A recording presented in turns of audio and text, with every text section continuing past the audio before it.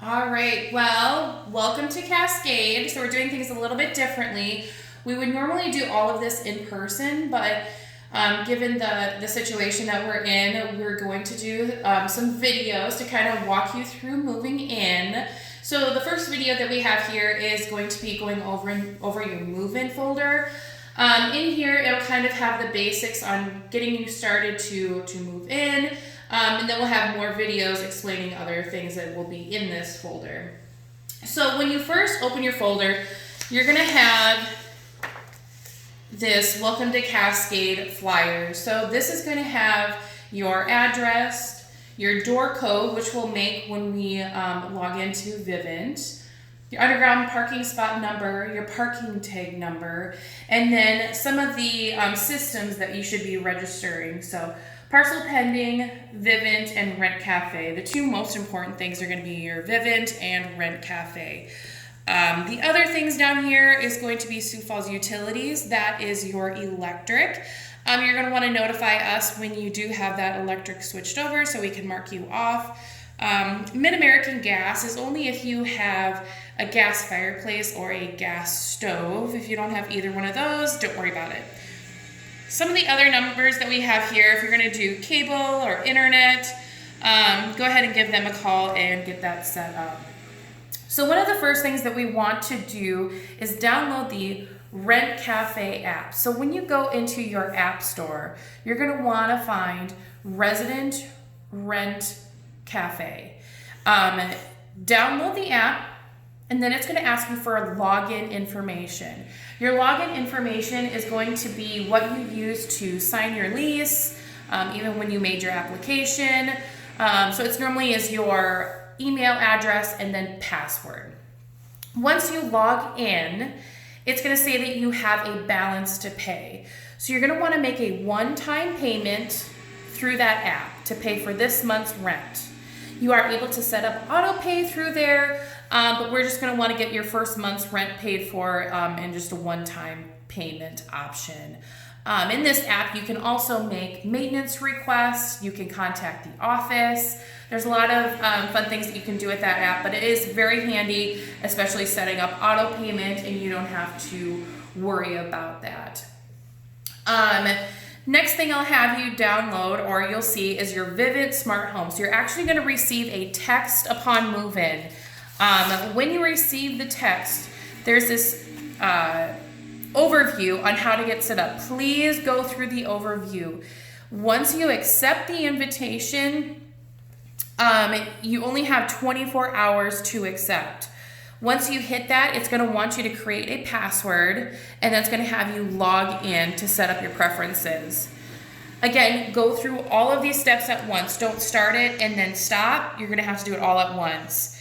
The next thing it's going to ask you to do is create a PIN.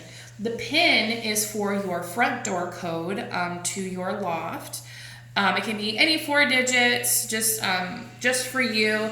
The PIN will also, in your panel, it will ask for a PIN if you're changing any sort of settings. The next thing it's going to ask is a verbal passcode. So this is just a word or a phrase or something like that.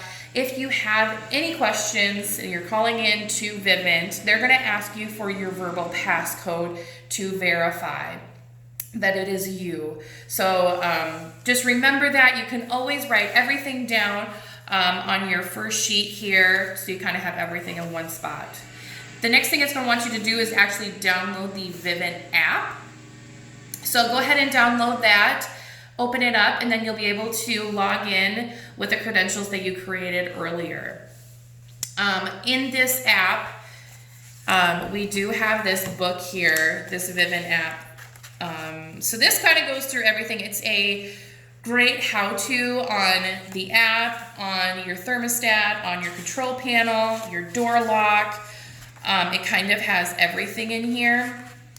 One thing we do want you to go into is your thermostat, and it's going to take off your smart settings. The smart settings are if you're away, it's going to change your thermostat to a lower temp because you're not home. But if you have any questions on that, please just give us a call, and we can go through that. Next thing here we want to go through is the map. So this is just kind of a map of Cascade. Some important phone numbers here would be like our office line and the after hours. So after hours is if you also have an emergency maintenance. Things that qualify as emergency maintenance is a pipe had burst, there's a fire, there's something traumatic that has happened, and you need to get a hold of maintenance right away. This will dial right to Jim and Jay, our maintenance techs, and they'll give you a call right back after you leave a message. Has all of the exits and stairwells, and also has information on if there is a tornado.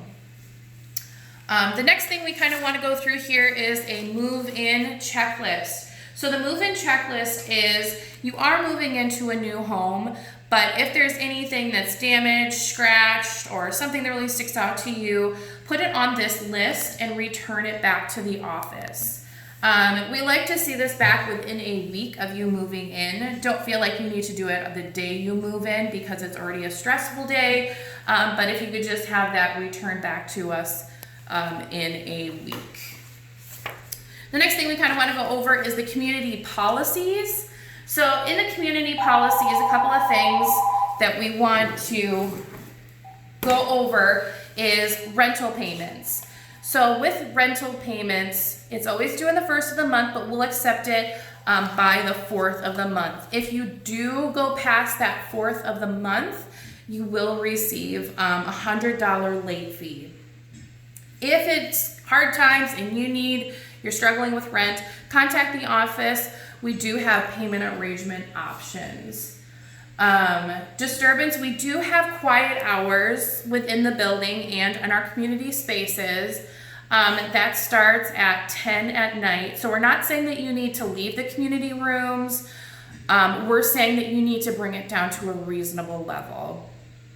Same within your home if you're having some people over.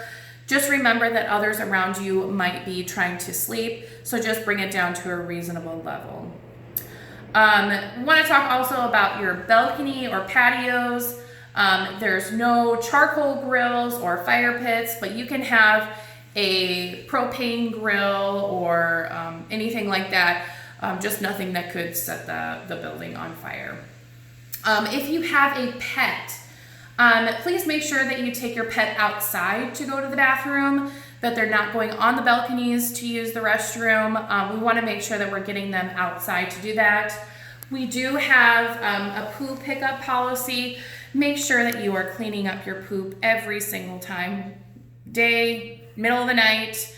If we do see that you are not picking up your poo, it is a $100 fine per time.